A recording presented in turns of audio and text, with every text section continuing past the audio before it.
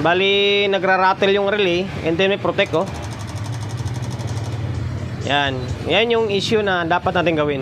Putok yung fuse nito sa likod. Ang ginawa ko is ginamp ko na lang. Kasi wala akong pamalit. Babalik ko lang na sa maayos yan. Tapos nirekta ko na nga yung soft start, eh, oh. Hindi ko na dinaan to sa soft start. Ang naghahammer ay parang dito pa rin, eh.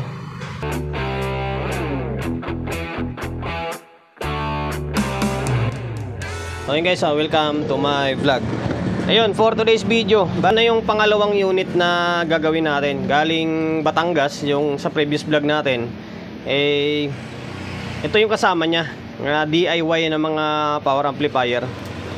Medyo luma na. Medyo luma na yung casing kasi matagal na rin ito kila ni sir, eh. Yan, ito yung front panel. Ito yung laman loob niya. Yan, kulay pink yung board. Ayan, medyo bulky talaga kapag DIY na unit. Or, depende lang din sa paggagawa. Medyo hindi lang nila inayos yung pagga-wiring.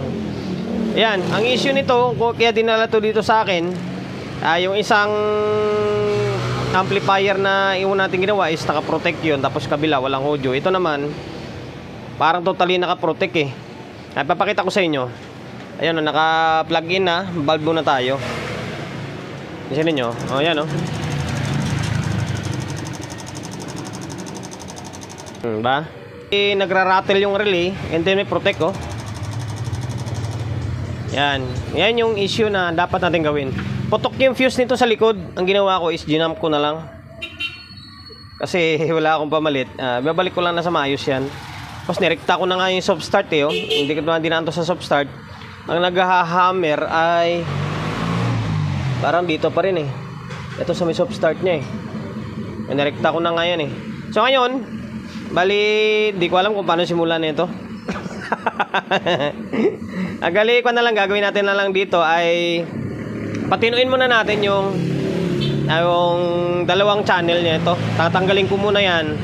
Salpakan natin na ibang supply, yung katulad sa mga previous vlog natin na papatinuin natin na ibang gamit na supply. And then kapag matino na, saka natin siya ibabalik dito. Tapos ayan, saka natin ayusin ito. Bago natin simulan yan, siyempre, promotion muna tayo agad. Sa mga hindi pa nakapag-follow, paki-follow. And then siyempre, paki-share ng mga walang kwentang video natin sa my Facebook, YouTube channel. Sa mga hindi pa nakapag-subscribe, paki-subscribe, like, share. And then siyempre, paki-hit ang bell button sa gilid para updated ka sa mga susunod na video na i-upload ko. So ngayon, simulan na natin. Bago natin i-repair to, pakita ko muna sa inyo yung pinaka laman loob niya. Laki din ang transformer niya, oh. Malapad. Tapos, output niya, 1, 2, 3, 4, 5, 6, 7, 8, 9, 10, 11, 12, 13, 14 pairs na C5200 and then A1943. Kabilaan. Tapos, ito lang yung medyo nakakalungkot. Medyo nakakaano ba tawag dyan? Ang kanya, yung capacitor is isang piraso lang. Dapat kung ganito kalaki, dapat kahit mga 4 man lang. Diba? Yan lang. Yan ang diskarte ng gumawa, eh. Tapos, ano ba? Wala na. Yan ang ipapakita ko sa inyo. Yung tatlo lang. Dalawang capacitor na malaki. Transformer na malaki din. Tapos, 14 or 15 pairs na output. So, ngayon, okay na. Simulan ko na. Baklasin ko lang itong dalawang board. Baklas ko na yung dalawang board. Ito. Yan. Ngayon, pakita ko sa inyo na magiging normal yan kapag wala na yung board na yan. So, kung meron pa rin yan, ibig sabihin may problema dito sa may soft start or sa may power supply natin. Pero sa ngayon, kita ko muna sa inyo. Okay, nag-normal siya, oh. May bulb, oh. Nag-normal. Ay mga pan, oh. May ikutan ng normal. Yan, may ilaw, oh. Yan, ito yung pan. Yan, ito na. Ibig sabihin, may problema talaga yung board. Dahil sinabay ko sa pagbaklas nito, hindi natin alam kung alin may problema, ito ba or dito. Isa-isahin na lang natin. Ipapakita ko sa inyo kung paano ako mag-troubleshoot ito. Hindi man ganun siya hindi man siya ganun ka-specified na pagtuturo. Kahit pa paano, mabibigyan ko kayo ng konting idea ba kung paano ako mag-repair ng mga ganitong DIY amplifier. Para sa akin, kung na to, kabisado ko na to, yung mga class AB. Kabisado ko na yung design nito. Saka yung station lang, hindi na ako nag-inject ng supply, diretso baklas na lang ako, and then troubleshoot na lang gagawin ko rito. Kasi Ito, nung binrush ko yung board kasi puro alikabok. Ayun, no, ganda putol yung resistor. Then may mga napansin pa ko kinakalawang na. Maganda siguro palitan na lang tong mga transistor na maliliit nito. Kung ano ginawa natin doon sa may isa, ganun din gagawin natin dito. Ito kinalawang, oh. Pag brush ko, putol. Yan, same din sa isa. Ito, oh, may mga kalawang na rin, oh. Ano na lang gagawin natin dito? Diretso na lang natin baklasin yan, i-restore na lang natin, tsaka na lang natin injikan kapag natanggal na natin yung mga kalawang. Para ganun din naman injikan rin naman natin yan And then ito, napansin ko lang pasensya na kayo medyo pansinin ako medyo marami ako napapansin Ito, nagtaka ko bakit wala man lang thermal paste.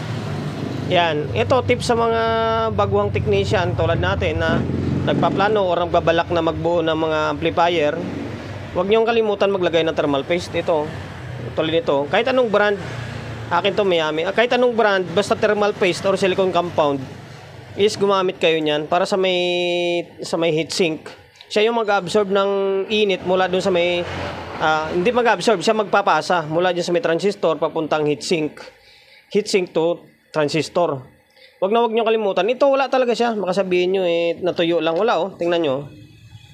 Wala man lang bahid ng mansa ng silicone or thermal paste. Wala Same din sa may heatsink. Yan, pasensya na kayo naiwanan tong isa. Hindi ko matanggal yung tornilyo. Kaya iniwan ko na lang. Okay lang yan kahit maiwan niya isa lang naman. Wala talaga siya Ang bihira Delikado yan kasi once na umandar ng matagalan yan, hindi na-absorb ng aluminum heatsink yung init sa may transistor kasi nga walang pumapasa, walang thermal paste. Iinit yan hanggang sa bibigay yung transistor. Kaya mas maigi talaga na merong silicone compound o thermal paste. Yun lang. So ngayon, stay tuned lang ulit kayo. Bali, babaklasin ko lang yung mga dapat baklasin dito. Tips kung paanong mag-troubleshoot ng transistor or mag-check ng transistor na pa isa-isa. Yan, bali ito lang yung hang nyo. Kahit ito lang, ito. Yung mga emitter na yan or bloke na resistor, hang mo lang yan. Tapos, mag-check mo na yan pa isa-isa. Itong dalawa, itong binali ko or tinumba ko, sira yan. Interest yung mga nakatayo is okay. Ito, naka-buzzer mode tayo. Para, ibig sabihin, short. Pasensya na. Yan, ito sira shorted. Ito shorted din to. Kahit baliktarin mo yung test probe dyan, short pa rin talaga siya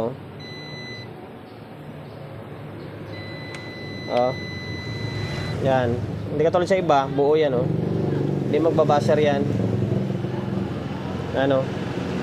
Okay. Yan, bali dalawa yung nadali. So ngayon, tatanggalin ko lang ito. And then, ito, palitan na natin yung mga kalawang dito. Ayan, mga transistor maliit, palitan ko na yan. Tapos babalik itong bloke. Tapos, injikan natin yung supply. Kasi kahit wala naman yung transistor na yan, kahit kulang pa ng dalawa yan, okay lang yan. Ma-under pa rin yan kapag naging normal na yung preamp nya. So ngayon, stay tuned lang kayo. Na-sprayan ko na ng varnish yung board natin. Ayun napaka-kintab na nyo. Nagre-reflect sa flashlight ng cellphone natin Tapos, nag-inject na ako ng supply. Sa class AB guys, para hindi kayo malito kung saan yung negative, positive. Diba, ito yung may wagang supply natin. Kung saan yung positive dyan, tandaan nyo lang yung, tulad dito, walang label, diba? Walang nakasulat. Walang positive, walang negative. Ang tandaan nyo is transistor. Yan, tulad nito, pag A yan, negative yan. Kapag C, nasa positive. Yan yung palatandaan dyan. Kasi wala siyang dito. Sa class AB kasi sa class H, merong class H na yung ito, yung 1943, positive yung naka-inject dito. Merong ganong design yan sa class H. Pero sa AB, kadalasan negative talaga itong A1943. So ngayon, naka-inject na tayo ng supply. Negative, positive, and then ground ito. Tapos, palit na yan bago na yung mga transistor niyan. Yan, bago, 10 ohms, bago na rin. Yan, tapos sinanggal na natin yung output na sira, yung ito tsaka ito. Yung isa dyan, nakatanggal yan dahil naiwan doon. Hindi ko matanggal sa tornilyo Ngayon, okay. Switch on, yan. Yung pang testing ko kasi walang kwanto eh. Walang pang supply dito sa relay. Okay lang. Sukat tayo. Na-tester natin. Mababa yung bias nito. Mababa yung bias nito kasi mababa yung supply natin. Ayun, alas nasa 0.1 lang. Nasa 0.1. Tataas yan kapag mataas yung supply. Normal na Nasa 0.1 lang. So ngayon, okay na. Okay, maglalagay lang ako ng speaker. Halos same procedure to sa isang vlog natin na yung kasama ng amplifier na ito. Ganun na ganun yung issue nito. Transistor lang din. Maglalagay lang tayo ng speaker and then maglagay tayo ng audio. Tingnan natin kung pakinggan natin kung maging normal yung tunog niya. Yan, dito tayo nag-inject ng supply ng speaker or outlet papuntang speaker kasi walang supply tayo na pang-inject sa may relay. Wala ito. Kaya itong lahat ng ilira na yan sa may bloke sa dulo ng paa ng bloke, magkakasama yan, emitter yan or speaker out. Dadaan yan dito sa may relay. Yan, bago mag-out. Kaya ang inject mo dito sa may bago mag-relay. Dito sa paa mismo ng emitter. Yan, pag sunundan mo yan dito. Saan ba yun? Yan. Papasok yan sa may dito. Yan, sa may coil na yan. Papasok sa dyan, papasok sa may relay. Dapat out nyan dito. Kaso hindi natin padadaanin ng relay. Kaya dito na tayo direkta. Kumbaga, pag on, kapag may audio na naka-input, andar na siya agad. Kaya gagawin natin, inaan natin yung cellphone natin. Kasi walang control yan. Okay, inaan natin. Sige, mo na lang siya. Okay. Yan. Ngayon, play natin. Yan, meron agad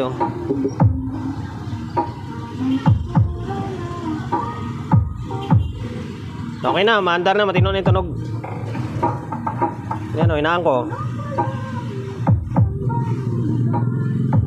Init tong drive nya.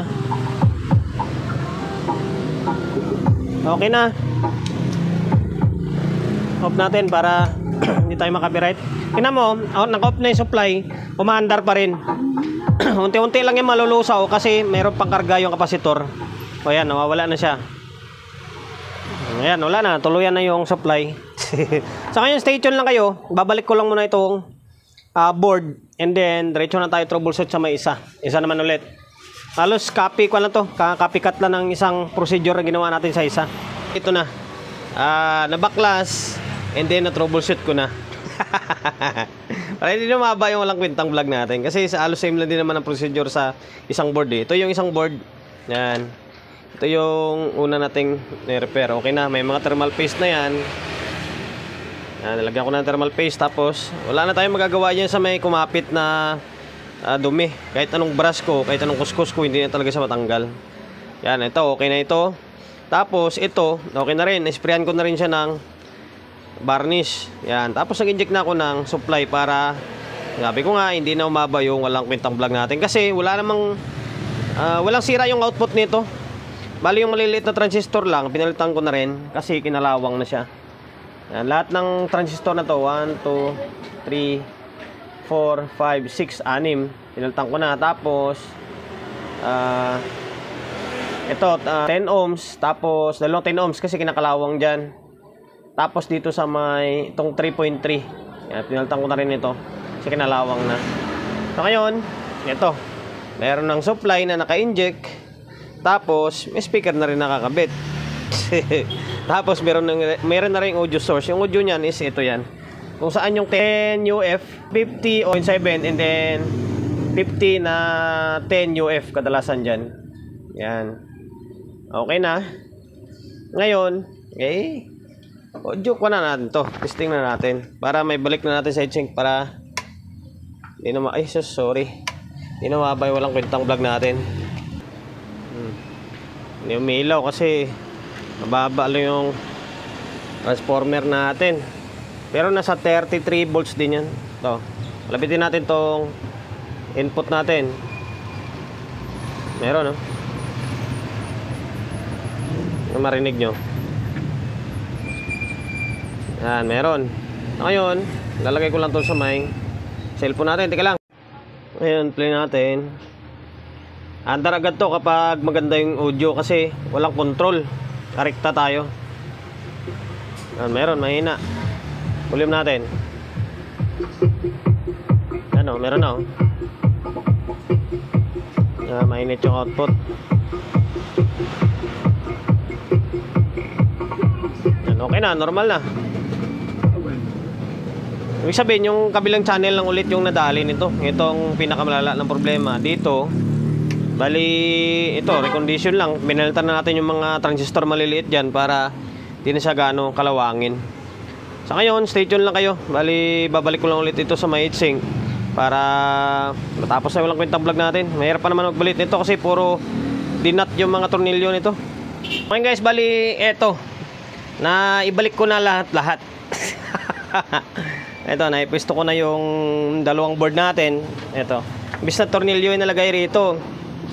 Nalagay ko, nirebit ko na. Para wala nang baklasan. Ayan, ganoon din yung kabilang channel. Tapos, ito. Bali, nung nakaraan, salasalabat na nga yung wire. Hindi pa nakatali. Kaya ginawa natin, tinali natin ng very very light. Kaya kahit papano, hindi siya ganun kasagwa. Ito, ulitin natin guys. Wala na tayong magawa sa mga puti-puti na to. Kahit anong gawin natin dito, wala na yan. Diyan na yan eh. Yan yung disadvantage kapag yung fan nyo ay paloob. Yan, paloob. Kaya yung alikabok sa labas, pinapapasok niya. Dapat talaga maganda yung palabas. Meron ka ritong isa, papunta ron. Tapos yung dyan sa may likod na yan is gawin mong exhaust dapat.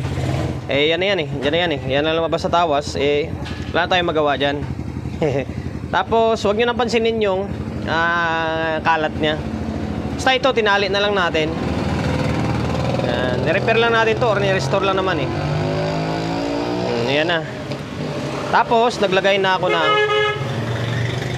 dalawang speaker. Yan. Dalawang speaker. Tapos, input natin. Nakakabit na. Ano ba bang pwede kong dadagdag? Yan. Tapos, yung mga... Kasi... Hindi ko siya nilagyan ng shrinkable tube. Nilagyan ko na ng dikit.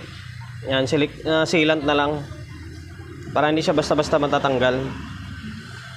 Ngayon, ito, to 20 na. Naka to 20 na tayo. Ayan. Ito lang ginamit ko na kable. Kasi yung kable nila, oh, pang fit 20K, oh.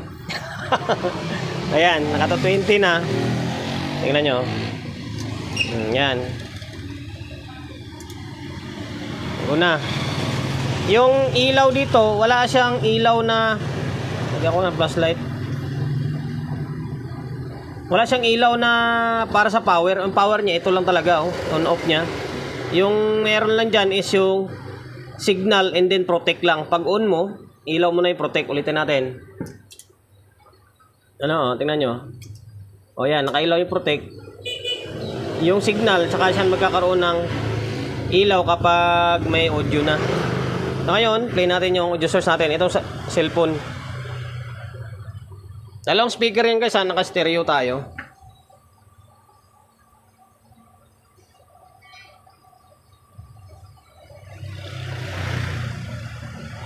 Mahina. Nakasan natin yung cellphone natin. Yan, naka-full na. Yan. So, ulit din yung tunog.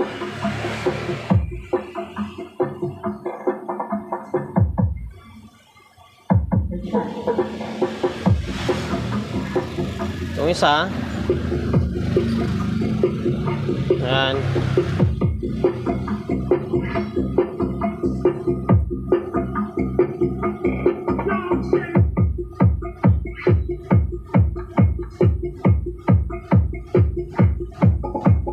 Mahina. Pinatang ko kasing ilaw nitong isa, oh. Kaya mas maliwanag.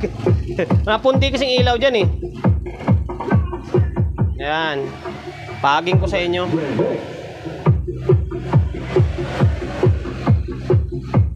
Lumang-luma na talaga siya. So, maganda to, pinturahan ulit. Ngayon, tunog na isang channel. Mahina lang kasi cellphone lang yung gamit natin eh.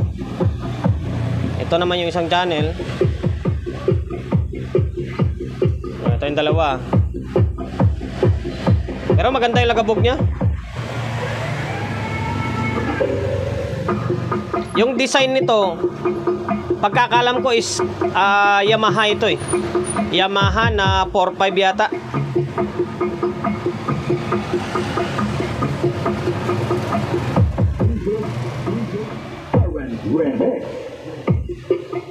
Ngayon, bali review muna natin yung ginawa natin bago tayo magtapos. Saan ba yung channel na ito yung channel na to, yung right channel, yung merong transistor na nasira. Tapos dito yung mga kwan lang, yung pinalitan natin yung mga drive niya, yung mga transistor na maliliit, pinalitan yan, bago na lahat yan. Same din dito sa may kabilang channel, siyempre bago na lahat yan, mga transistor maliliit dyan. Tapos nilagyan natin ng ng silicone compound or thermal paste or thermal grease. Kasi yung unang gumawa nito, hindi man lang nila nilagyan. Wala nakalagay. Kaya ngayon nilagyan natin ayun, kaya namumuti na siya oh. Yan. Same din sa may kabila, meron na. Ayun, okay na ito. Bali mission na complete na, 2 unit na yung nagawa natin.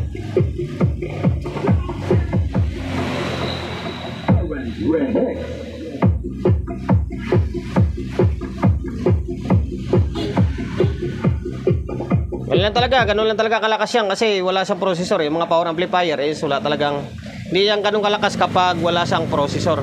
Tapos ito pala oh, pahabol ko, lagyan ko na lang ng mylar ito, mylar tape para isapin. Hindi kasi delikado yan. Tapos madadaganan ng yung takip nun walang sapin, ay delikado. Dumikit yung positive negative, ending ground, delikado yan. Kailangan sapinan dapat yan. Lagyan ko ng mylar na lang yan. Pasensya na kayo. Ayun, okay na. Sana nakapagbigay ideya ako. Kahit na maliit, katiting na ideya, meron ako naibigay sa inyo. Kung paano mag-check ng mga power transistor, di ba? Lalo na sa mga itong DIY, paano klaseng amplifier, sana nakapagbigay ideya ako. Yun, sir from Batangas, bali okay na yung 2 amplifier mo. Yung isa nagawa ko na rin yun. Bali pangalawa ito, okay na. Maraming salamat sa pagkakatiwala mo ng unit mo rito sa akin. Yun, promotion, bago tayo magtapos, siyempre shop natin, Always on Laguna, 24/7. Sa mga gusto magpaparepair along sa Uyo, Quezon City, and number 41, Don Julio, Gregorio Street, sa Uyo Road, sa Uyo, Quezon City. Social media pages natin, sa mga hindi pa nakapag-follow, paki-follow, hindi siyempre paki-share ng mga walang kwentang video natin sa my Facebook, YouTube channel. Sa mga hindi pa nakapag-subscribe, paki-subscribe, like, share, and then siyempre pakihit ng bell button sa gilid para updated ka sa mga susunod na video na i-upload ko. Ingat, God bless, and then peace atin lahat.